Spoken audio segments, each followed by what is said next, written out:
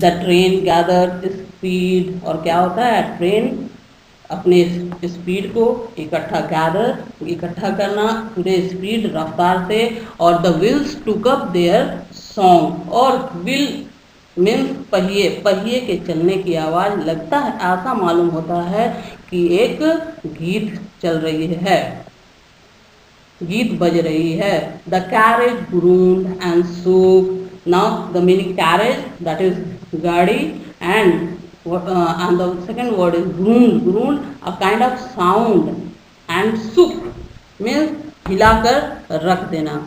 I found the window and sat in front of it, and the narrator found the window of his place, खिड़की, window खिड़की, खिड़की को खोज लेता है, और sat in front of, sat near to it, और खिड़की के नज़दीक वो जा करके बैठ जाता है। Staring into the daylight, staring meaning that is घूरना और एक टक से देखना। द डे लाइट, दिन की रोशनी को, दिन को निहारता है, देखता है।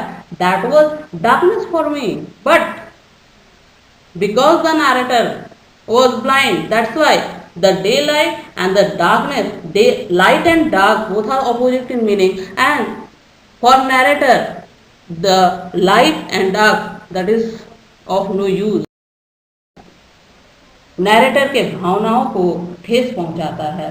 You must be disappointed, he said, I am not nearly as attractive a travelling companion as the one who just left.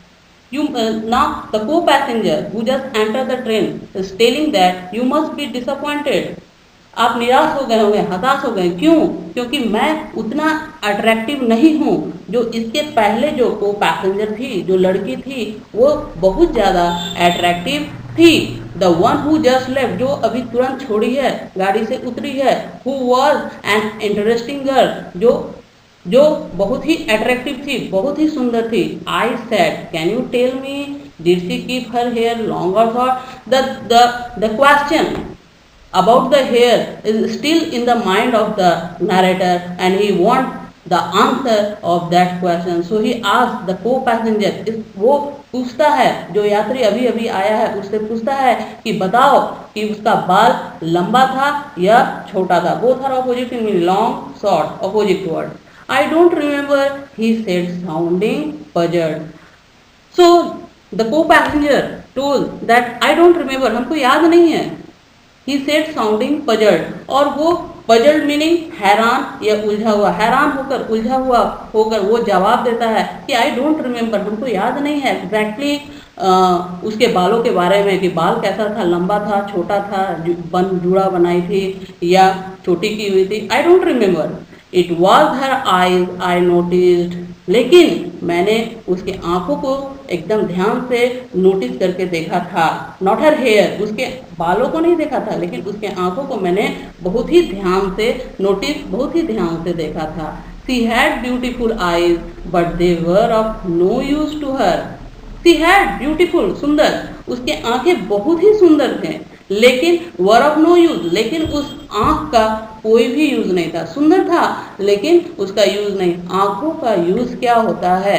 देखना, अच्छी अच्छी चीज़ों, पूरे दुनिया के अच्छी अच्छी चीज़ों को देखने, ये होता है the work of eyes. She was completely blind. Now as I have told you earlier that the disclosure of the secret before the narrator, narrator को पता चलता है जिस तरह से मैं अंधा हूँ, उसी तरह से वो लड़की, वो को पैसेंजर जो है वो भी अंधी थी। She was completely blind, didn't you notice? The को passenger who just entered told the narrator, asked one question that she was completely blind, didn't you notice? आपने ध्यान नहीं दिया कि वो इतनी देर वो बैठी रही उस कंपार्टमेंट में, आपके साथ टॉकिंग्स हो रहे थे, कन्वर्सेशंस हो रहे थे, लेकिन आपने ध्यान नहीं दिया कि वो भी अंधी थी, उसकी आंखें सुंदर थी लेकिन वो देख नहीं सकती थी। आपको क्या मालूम नहीं था? आपको पता नहीं चला? So now the title of the story, The Eyes Have It, is purely justified, appropriate one. Both are blind, दोनों अंधे थे और दोनों एक दूसरे से छुपा रहे थे। The narrator is also hiding, and that co-passenger, the girl, is also hiding the weakness, the disability, that both are blind. So the eyes have it, आंखों में है.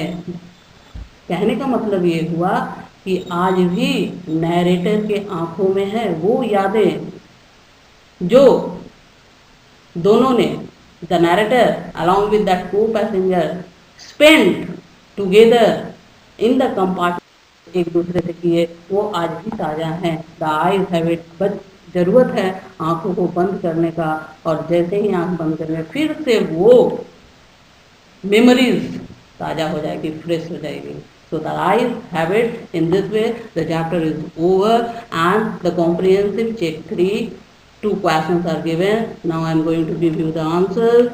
First, what does the line "once again I had a game to play and a new traveler" mean?